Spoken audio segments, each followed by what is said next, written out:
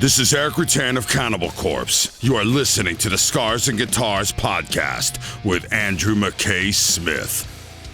G'day everybody, thanks very much for joining me. This is something a little bit different from the show's perspective. Occasionally I do this, put a guest on the show who wouldn't ordinarily feature, but here we go, a conversation with the great Al Di Meola. How could I refuse an opportunity, an invitation to chat to one of the great modern guitar maestros? Now, throughout this conversation with the jazz fusion guitar legend, we talk about his remarkable career, his deep connection to the Beatles, and his collaborations with many, including the great Paco De Lucia.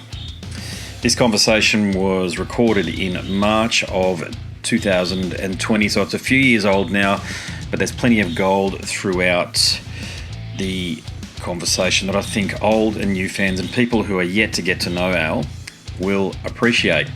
So here he is, Al Di Meola.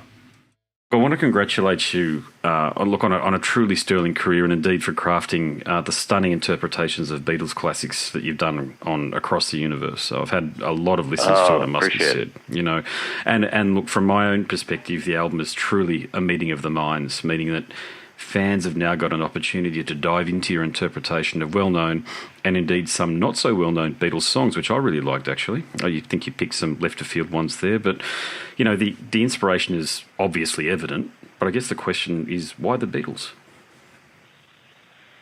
Oh, man. Well, you know, I was that kid, you know, I guess 9 years old. My sister comes home with the record, the first record, Meet the Beatles, and they were kind of the rage on the radio. So the combination of, you know, my sister bringing home the record, me hearing it, and then Ed Sullivan's show in New York on that Sunday when the Beatles made their introduction to America. It was like an amazing kind of thing because it you know, motivated me to want to play the guitar. I would say that was a large reason why. And you know, those early songs were great. You know, they were great then and they're great now. You know, I listen to them now. We have, you know, this radio station called Sirius XM satellite radio. Yep. And we listen to it every day when we're in the car. We listen. That's what we go to the Beatles channel. You know. Wow. Okay. And and in doing these two records, now this being the second one, you know, I kind of analyzed it from you know, a technical standpoint, looking at the harmonies and, you know, and of course the melodies are infectious and they're deeply embedded in our heads and hearts.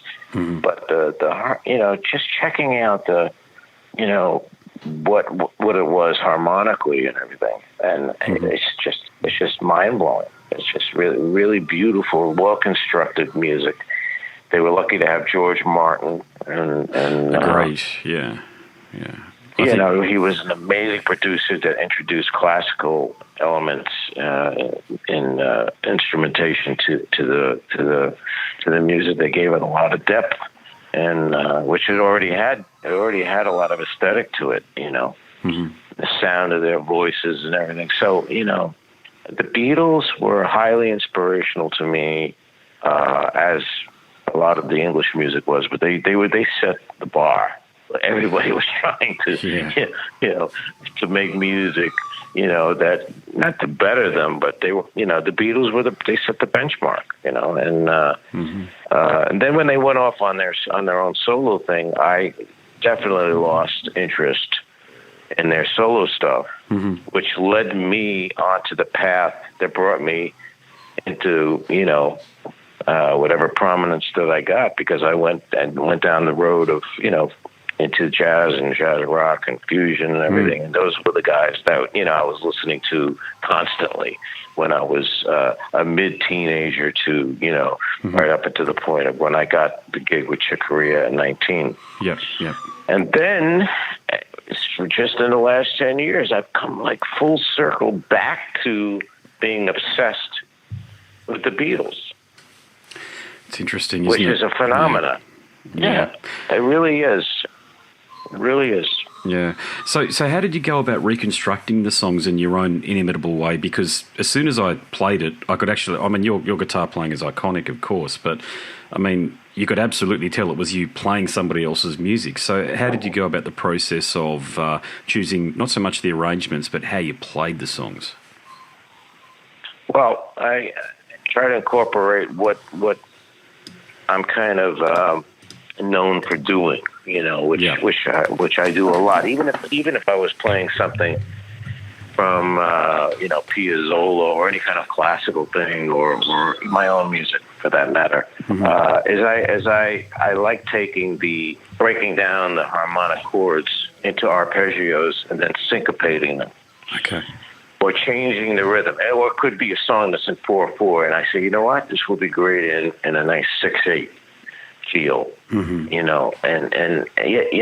would have to do something like that in order for it to be interesting enough to me.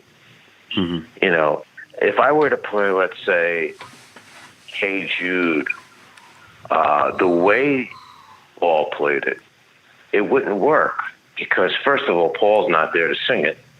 You have no voice, no lyrics, and then if you just listen to Hey Jude, which by the way, I think the Beatles did the Beatles best.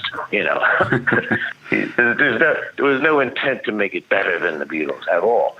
But I'd have to do it differently in order for it to work. If I had played, let's say, the harmony with the way he played it on the piano, which is basically da da da, hey, bang bang bang bang on the piano. It's all quarter notes. And if I had done that instrumentally, it would be really weird. It would be like, wow, he's just copying exactly what the Beatles are doing. You can't do that. Plenty of people have done that. Thousands of people have copied, and try to do the Beatles as the Beatles, you chose this is me doing my own interpretation. Yeah. So yeah, for sure. I'm not trying to copy them. Yeah, and they're much better for it. I mean, you give a new life to a lot of these songs, and dare I say it, you're going to introduce an aspect of a new audience to it too that might have ignored the Beatles. And what else I really enjoy what you've done here. When I say not so well-known songs, of course they're well-known, but from the Beatles' perspective, you chose Your Mother Should Know, Mother Nature's Son, and even Dear Prudence. So what was the inspiration behind choosing the songs? Was it just the ones that you felt you connected with the best, or was there another reason? Well, it was definitely a connection. There's plenty of songs that I wish I had more time to do. I mean, maybe another 40 of them. Yep. But I found that the way I approached Dear Prudence, it was hard, man. I mean, there was big skips, in picking technique. So it was a challenge to play, but it was also, it was the song. You could tell it's the song, which is good. So melodies were intact, but within the framework of some of these chord melody things that I was doing, it was less avant-garde than the first record that I had done because the melodies are intact. It's how you play around it, harmonically and rhythmically that gives it its originality and interpretation. Mother Nature's Son, well, that one was the hardest one I've ever practiced, maybe of anything. Really? That was really hard, really difficult to do because it was chord melody. And to shift the chords with the melody and have the melody play in exactly the right places was interesting. And then whatever little things that I did that were original were, like sometimes I would add some runs in between. So I would extend a 4/4 bar into a 6/4, or in other words, a 4/4 with a 2/4 bar extension with a run in there, and so I had to write all of this out, Yeah.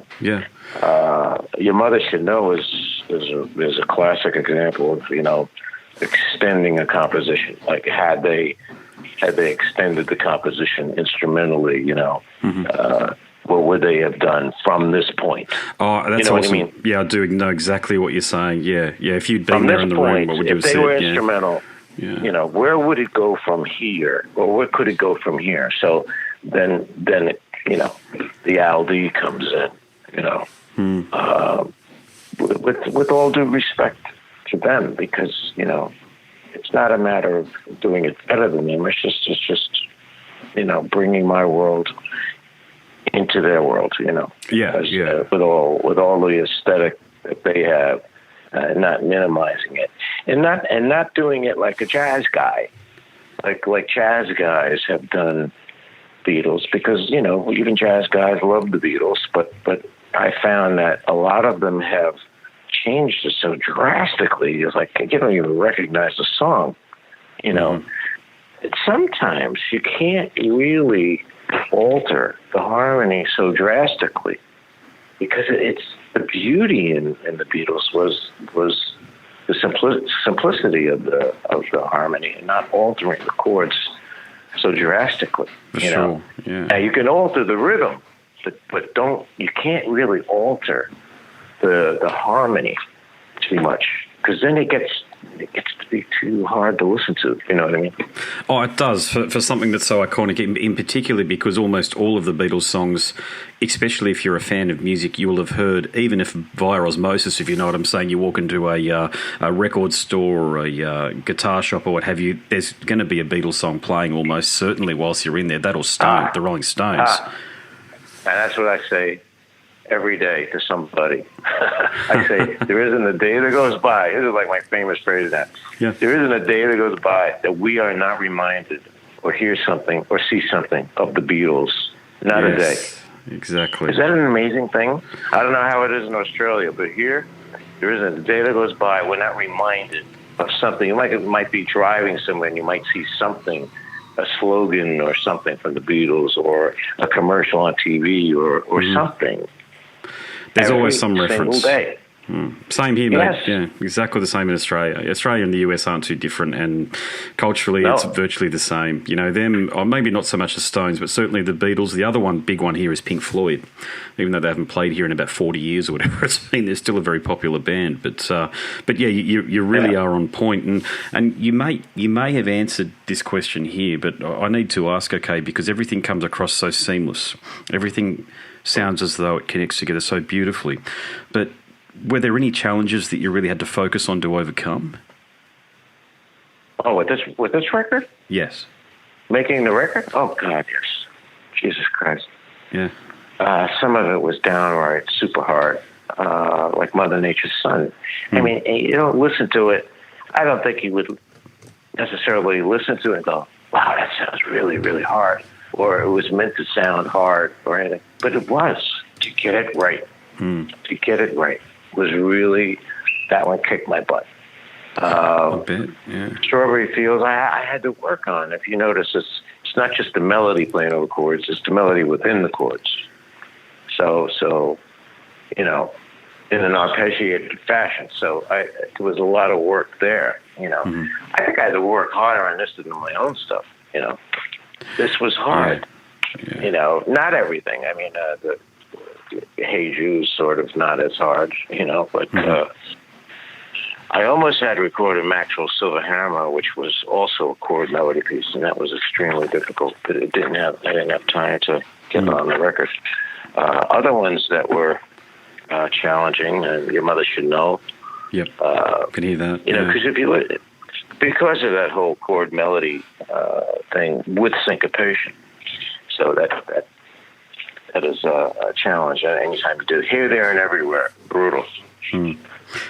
Yeah, I bet. I can hear that. Yeah, I can hear that. And the other one, which I really love the way you close the album out too, because as I've mentioned, I've got kids, and Octopus's Garden for them, and I guess for me too, is probably my favourite cut on the album in many ways, because I can see how much joy they get out of it. And you know what they've said to me, because I'm also a musician, they said, can I do something similar? And I thought, oh God, we'll try. But to whom does that beautiful little voice in the recording belong to? That's my little. Well, she was 3 at the year at the time of that happened. I think this was like a half a year ago.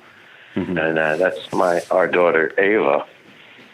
And I'm telling I had like so much recording of it, and my engineer was paranoid of us using it because it had the Ringo version in the background, so she was singing along with it. Okay. And he was paranoid that any of it would be heard because they would be pouncing on us in terms of legal matter. Oh, for sure, yeah. So I had to cover it up. I said, but why do we have to cover it? It sounds so good, Well, but we also had a lot of other versions of it, from that car ride that were. It was surprising how well attuned she was singing. But when she went off after the verse, she was actually humming the guitar solo. Okay. Yes. There you go. So there's a little bit of her humming the guitar solo. We only wanted to use, a very short little clip at the end of the record. But she actually hums the guitar solo almost exactly in tune. And I said, man, this is too precious. You got to leave it. Yeah, it's a wonderful memory for you both. Yeah, as I say, having kids, it's a wonderful memory for you both. And is that the first time she's appeared on a record with you? Oh, well, 3 years old? I would say it's the first time, yeah. There you go. Now I got to... You hear another voice on Dear Prudence, by the way. Oh, is that right? Okay, I'll check that out. No, I'd guess... Check it out at the beginning of the song, and in the middle is my 22-year-old daughter, Valentina, and myself. So we're singing that one of those phrases within the song that we put at the beginning and in the middle. You can hear us both. Yeah. Hey, I'll just do a time check because I actually wasn't given a length of time to chat to you for, but believe me, I can keep on talking. So if we've got more time, I'd love to ask you more questions. Go ahead. Yeah. Look, I'm a long-time fan, as you can probably tell, of your work, and probably my favourite stuff that you've been a part of is the tour de force that you created alongside of John McLaughlin and, of course, the musically immortal Paco De Lucia. And look, I consider your work and the work of John and also Paco to be up there alongside of John Coltrane, Miles Davis, Aretha Franklin, Ronnie Spector, all of the greats, in that if you class yourself as a genuine, and excuse the language for a moment, no bullshit fan of music, you're drawn to it. No matter what genre you listen to, you'll eventually arrive at a recording that features yourself or Paco or John or Aretha. But my question for you is actually about your partnership with Paco, because I've got to be frank here, three of the greatest guitarists of all time sharing the stage can likely go awry, but it didn't. And the three albums are to be treasured, of course, I've got them. So Friday Night in San Francisco, Passion, Grace and Fire, and probably my favourite, the Guitar Trio from 1993. But when you look back on your time with Paco, what are your most prominent memories?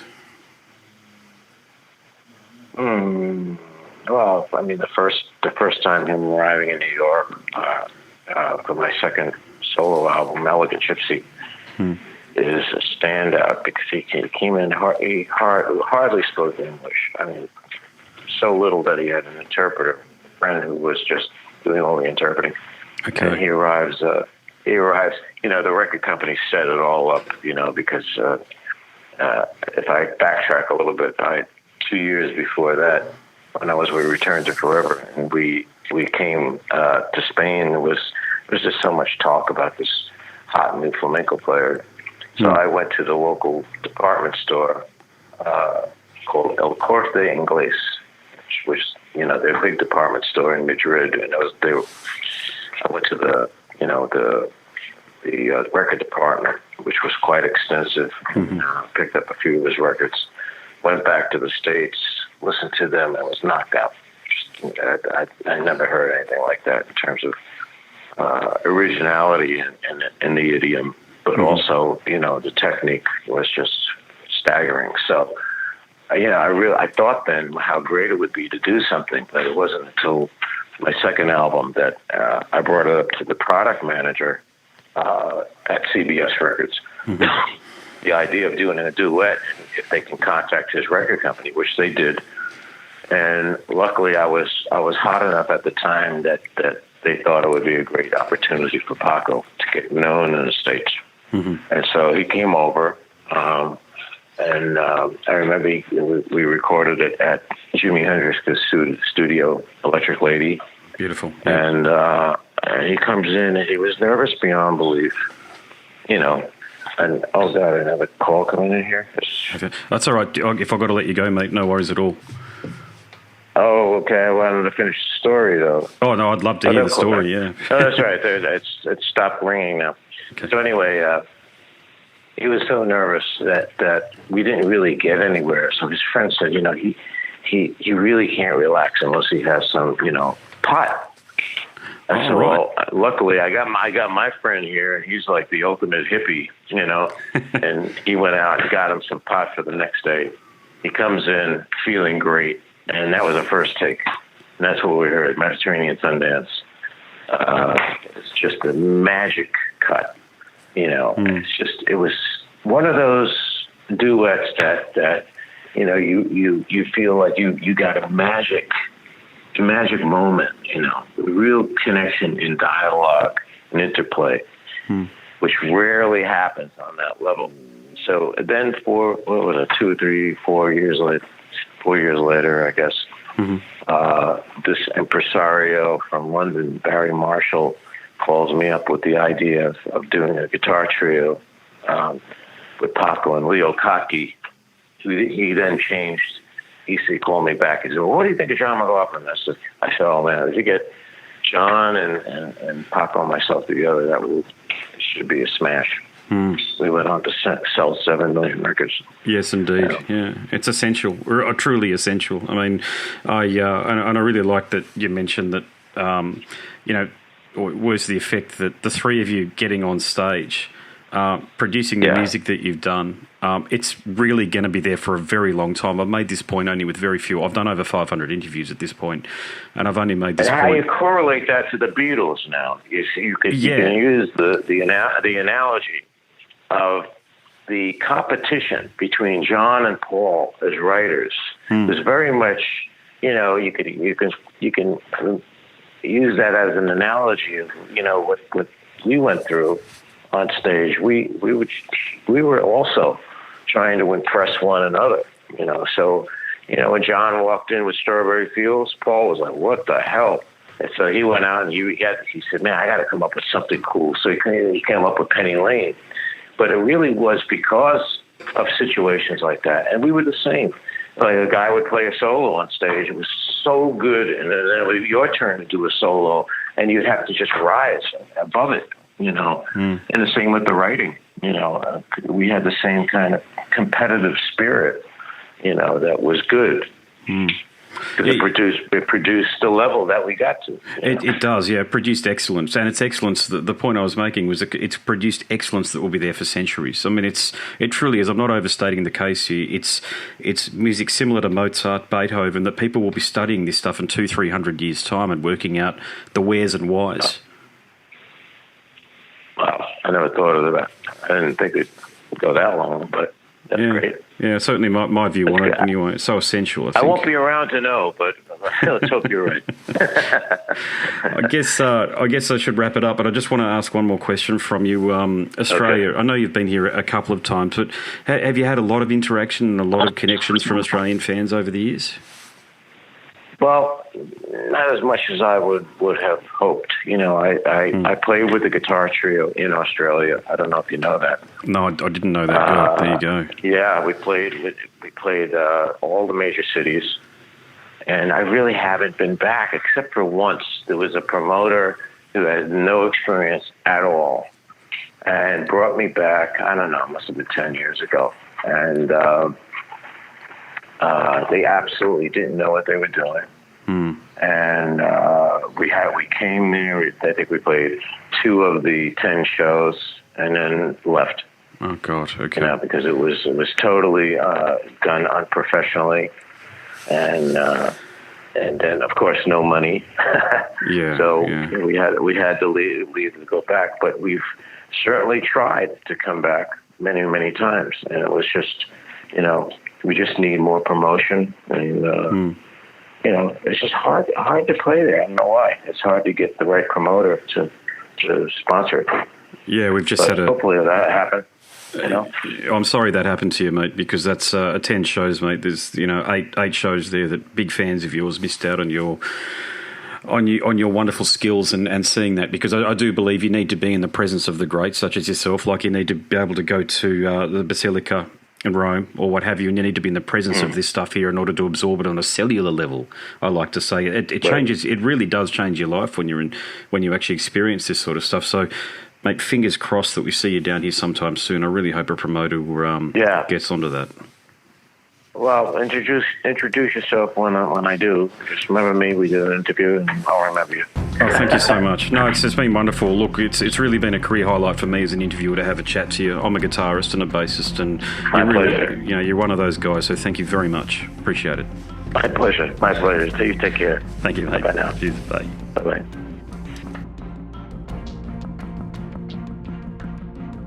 Well, there you have it, a conversation with the great Al Di Meola. They don't come along very often, but occasionally, as you just heard, they do. Okay, so there are many more conversations from the world of hard rock, heavy metal, extreme metal and beyond. If you're new to the show, over at scarsandguitars.com. And if you like listening, you're an intelligent person, I can tell, because you're listening to the show, which also means you like reading. And you're in luck, I've written a book. Click on the link in the banner on the website and you'll be taken to a marketplace of your choice and you can download a sample. Yes, indeed. You can try before you buy. If you do complete the purchase, I'm easy to communicate with. Hit me up because I want to thank you in person. There's some more information to share with you about the book, but before we get to that, my name's Andrew Mackay-Smith and I'm the host of the Scars and Guitars podcast. Until next time, it's a very goodbye for now. This is Eric Rattan of Cannibal Corpse. You are listening to the Scars and Guitars podcast with Andrew Mackay-Smith. I've been the host of the Scars and Guitars podcast since 2017. The first musician I interviewed for the show was David Vincent from Morbid Angel, and things have just snowballed from there. In all, I've posted almost 650 podcast episodes featuring conversations with many of the leading lights of rock, heavy metal, and beyond. It just got to a point where I thought, I need to write a book about all this, so that's exactly what I did. In Scars and Guitars Volume 1, you'll read a heap of deep reveals and commentary, such as Des Fafara talking about Coal Chamber and why the band will never return. You know, if you're a band just starting out, you need to hear me. Do not start a band with partners. Ever. Yeah, wise words there. Sage advice, mate, for anybody. Don't ever, because I can't go do Coal Chamber right now unless I get others involved. Phil Anselmo talks about the episode in his career which gives him the greatest sense of accomplishment. I think the staying power of the fans and the staying power of the songs, you know, whether it's Pantera, Down, or Superjoint, the fans remember the songs. Alex Skolnick from Testament confirms that, yes, playing the guitar in Ozzy's band is anything but an ordinary gig. Will Silent Oz from Dimmu Borgir write a book? Pa from Sabaton gives advice to people who want to start a band. Look at the team around you, look at the bandmates. If the guys want to be on the stage, then it's all cool.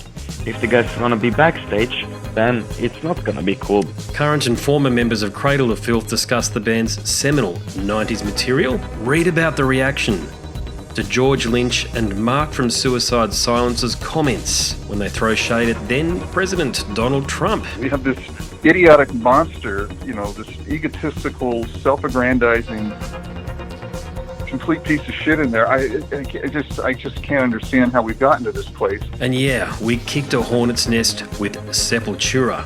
Percussive overlord Gene Hoglan talks about recording with Chuck Schuldiner. Chuck was always, he was very open-minded, and he was into having his musicians that were playing with him just reach out for the best stuff that they had. Phil Campbell from Motorhead discusses what it takes to get sober. John Five answers his critics who dismiss his tenure with Marilyn Manson.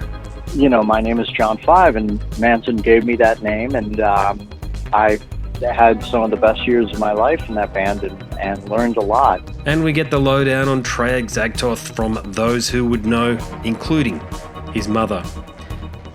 All across Scars and Guitars Volume 1, there are moments of tension, relief, tragedy, exhilaration, and throughout it all, you'll obtain insight that I believe no one else has managed to obtain from many of your favourite artists. So treat yourself. Scars and Guitars Volume 1 is currently available as an ebook with a print edition on the horizon. Follow the links attached and download a sample. I'm sure you'll be compelled to read the whole book.